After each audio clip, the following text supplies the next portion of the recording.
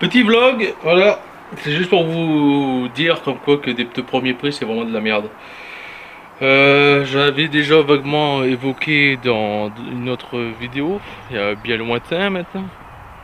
Vous vous rappelez, j'avais acheté des pneus Edway. Quand j'ai eu la voiture, j'ai acheté ces pneus là. C'était les moins chers. Et aussi parce que c'était les moins chers, parce qu'il m'en fallait pour pouvoir passer le contrôle technique. Donc les Edway à un premier prix, tout ça, je vous le déconseille, c'est vraiment de la merde. Là, il y a 20 000 km sur le pneu. Et comme vous pouvez voir, le pneu, il est lisse. Que ce soit le gauche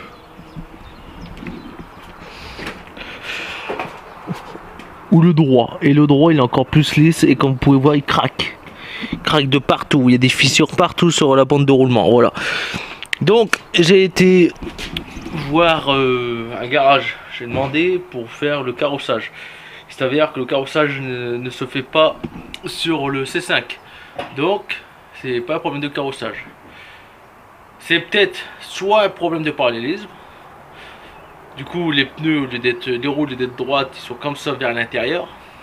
Ce qui m'expliquerait que les deux pneus sont lisses de l'extérieur, mais pas de l'intérieur. Voilà. D'ailleurs, on va contrôler les deux. La pression des pneus, elle est bonne. Hein, ça, c'est correct. La pression des pneus. Oh non. Ah non. Putain, j'ai cru que j'avais fait une erreur. J'ai cru que j'avais pris des pneus de 14 pouces. Et non. Chat. Enfin voilà. Donc pour vous dire, donc ce pneu là, de toute façon il était à changer. J'avais croqué une petite bordure. Voilà. Le pneu il est craqué de partout. Donc 20 000 km les pneus. Et à 10 000 km ils étaient déjà lisses de ce côté là. Donc il y a aussi un gros problème sur les C5 comme j'ai pu constater. C'est quand tu fais un demi-tour. Quand tu braques à fond et que tu fais un demi-tour ou alors que tu es sur un rond-point. En fait ta roue elle tourne pas comme ça. Elle tourne mais comme ça. Voilà. Donc par exemple si tu tournes à droite, elle va se courber en fait elle va rouler sur le flanc comme sur une moto. Et quand tu vas tourner à gauche, elle va se courber. Elle va se courber et tourner. Certes ça aide pour tourner, mais ça m'aide pas moi sur mon budget financier. Voilà. Donc j'ai pu constater ça et on roule sur toute cette partie là du flanc en fait. Sur toute la partie là. Donc j'espère que les pneus là seront meilleurs, mais ceux-là ils vont pas être mis là. Ça va être les pneus arrière que je vais mettre devant. Et ces pneus là je vais les mettre à l'arrière. Pourquoi? Parce que je me suis aperçu d'un truc. C'est que le pneu de gauche et le pneu de droite n'étaient pas usés pareil. Bon là maintenant la voiture elle est rabaissée, mais entre autres je suis plus proche du témoin sur la roue de droite que sur la roue de gauche. Je suis plus près du témoin. Donc là c'est des pneus Hankook. Là-bas ça a des pneus Hankook aussi. Donc c'est pas les mêmes que ceux-là. Là-bas c'est des Hankook Ventus Prime 3. Et là c'est des Hankook Kinergy Eco 2. Voilà. Donc eux ils vont passer devant. Ceux-là ils sont de 2019. Ceux-là j'ai vu ils étaient de 2020. Ouais. De 2020. Donc eux ils vont passer derrière. Comme ça ils auront une longévité bien plus importante à l'arrière qu'à l'avant. Et du coup je vais foutre ceux de devant derrière. Ceux de derrière devant. Je sais déjà que je vais pouvoir rechanger bientôt les pneus à l'avant, dû à un pneu qui est plus usé que l'autre. Donc à mon avis quand ils ont été vendus, ils ont été vendus à mon avis avec un pneu avant et un pneu arrière. C'est possible que ça s'est passé comme ça quand ils les ont vendus, parce que derrière c'était déjà des pneus d'occasion. Donc à mon avis il y a eu ça, ils ont pris un pneu avant et un pneu arrière, ils les ont mis ensemble, hop, ils les ont vendus. Parce que je comprends pas pourquoi ça serait plus usé le pneu de droite que le pneu de gauche, sachant qu'il n'y a rien dans le coffre. Le coffre il est vide, il n'y a pas plus de poids à droite qu'à gauche. Voilà. Donc ces pneus là ils vont passer derrière et puis voilà. Donc ils sont quasi neufs. On voit au témoin, on est pas mal. On va regarder même s'ils sont pas neufs. Je vais comparer. C'est simple. Pour un pneu qui soit hors d'usage avec son copain de droite ou de gauche, il faut que les pneus ils ont 5 mm d'écart tous les deux.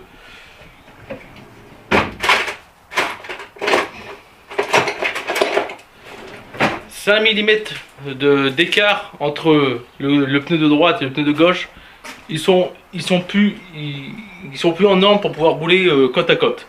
Voilà. Donc, et je sais qu'un pneu neuf, c'est à peu près 1 cm de gomme que tu as entre vraiment le lisse de chez Lisse, encore en dessous du témoin, enfin bref, que le témoin. Donc, bien sûr, quand on veut regarder si le pneu est neuf, de toute façon, regardez, il est quasiment neuf parce qu'on voit encore indiqué ici Hankook. Là, on le voit encore indiqué. Savoir s'il est neuf. Tu prends pas ici dans la rainure parce qu'il y en a plein, ils prennent là au lieu de prendre là. Des fois, je regarde des pneus à vente d'occasion. Ouais, chez gars, ils font comme ça. Tu vois le témoin juste derrière. Le truc est au témoin. Ah non, il est encore bon le pneu.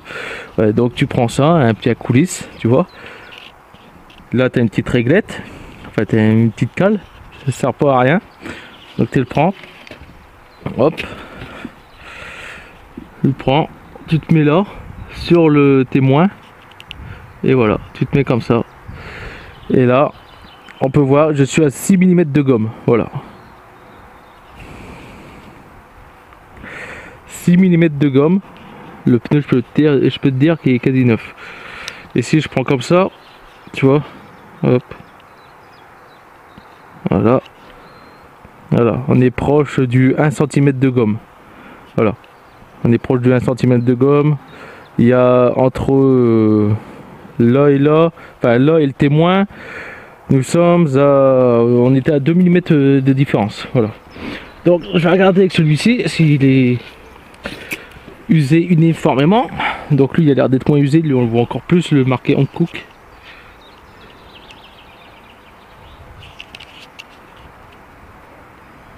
Hop.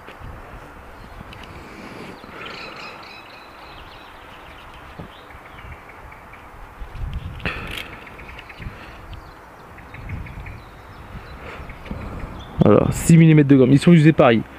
Voilà. Donc des pneus d'occasion neufs. Je les aurais payés neufs, ça m'aurait coûté 90 €. Là, ça m'a coûté 60 €. Voilà. Là, je peux te dire, ils sont quasi neufs. Là, je peux te dire, là, ça n'a rien à faire. Oh, bien sûr, ils sont repas équilibrés, tout ça. Hein. Voilà. Donc, bah, je te fais pas voir. Je vais pas te faire voir le démontage d'une roue, franchement. Hein. T'essaies de le faire, quoi. Si t'es déjà amené à changer tes pneus toi-même, c'est que tu sais déjà le faire. Changer une roue. Donc, moi, je retire la roue. Je passe de l'avant. Enfin, de l'arrière à l'avant, de l'avant à l'arrière, avec mes nouveaux pneus qui vont rester pendant très longtemps neufs à l'arrière. Voilà. Donc il y a un petit truc que je voulais vous dire aussi, c'est que quand vous avez une voiture qui pèse un peu plus, qui pèse plus d'une tonne, ça ne sert strictement à rien de prendre des pneus premier prix, comme j'ai mis là. Pourquoi? Parce que tu vas les user beaucoup vite, beaucoup très vite. Ou alors tu les places. Tu prends des premiers prix, tu les places à l'arrière. Et tu prends des pneus de bonne qualité devant. Tu verras, tu vas les user beaucoup moins vite. Des pneus premier prix qu'en les mettant à l'avant. À l'avant, ils ont toutes les contraintes. Ils ont le poids du moteur. Ils ont la décélération qui se passe dessus. Il y a le transfert de charge de la voiture. Hein, donc l'arrière qui passe à l'avant quand tu freines. Si tu n'as jamais remarqué, quand tu freines, tu as l'avant qui plonge et l'arrière qui se lève. C'est transfert de masse et c'est pour ça qu'on met des freins à disque à l'avant et des freins à tambour à l'arrière, parce que c'est l'avant qui freine plus fort que l'arrière. Ouais, j'ai un conseil à te dire, si tu prends des pneus premier prix, tu prends sur des pneus, tu les mets sur une voiture qui pèse moins de 800 kg. La X par exemple, c'est des pneus qualité prix, des Nexen. Les pneus arrière, j'ai fait 20 000 km, les pneus arrière ne sont pas usés. Ils ne sont pas usés, ils sont quasiment neufs. Il n'y a pas de poids. Les pneus avant, c'est pareil, ils sont quasiment neufs aussi. La voiture elle fait 750 kg, 800 à peu près 830 avec moi dedans. C'est pas énorme. Après, il y a aussi une autre solution là si tu veux vraiment les garder quasiment à vie tes pneus. De toute façon tu vas les... Tu n'auras même pas le temps de les user qu'ils seront déjà morts tes pneus. Ils seront craqués avant. Une voiture sans permis par exemple, tu prends des pneus premier prix, tu les mets dessus, tu vas pas les user tes pneus. Ah ça je peux te le garantir, tu vas pas les user. Une voiture sans permis c'est moins de 350 kg. Tu vas pas les user tes pneus. Donc c'est ce que j'ai mis sur la voiture de mes parents. On a pris des pneus premier prix, hiver. Ça a coûté, il me semble, 25 € le pneu. On les a mis dessus, ils sont toujours neufs. Hein. Toujours neufs. Donc premier prix, tu prends sur une voiture qui fait moins de 800 kg. Après tu prends des au-dessus de 800 kg une tonne. Je te conseille de prendre des pneus qualité-prix, voire des pneus premium, enfin Michelin, Pirelli, tout ça, et tu les places à l'arrière. Tu vas les garder très longtemps, tes pneus, et à l'avant, pareil, tu mets la même chose. Ou alors après, comme j'ai dit juste avant, tu fous des premiers prix à l'arrière, hein, et des bons pneus devant. Tu verras que tu vas les garder très longtemps tes pneus. Ils seront beaucoup moins usés. Parce que là, j'aurais su, ces pneus là, je les aurais foutus à l'arrière. Parce que là, 20 000 bornes. Je les ai payés 65 € les pneus là. Alors que pour le même prix, là, j'avoue des premiums. Enfin bref, voilà. Donc, moi je monte ces nouveaux pneus et bonne route.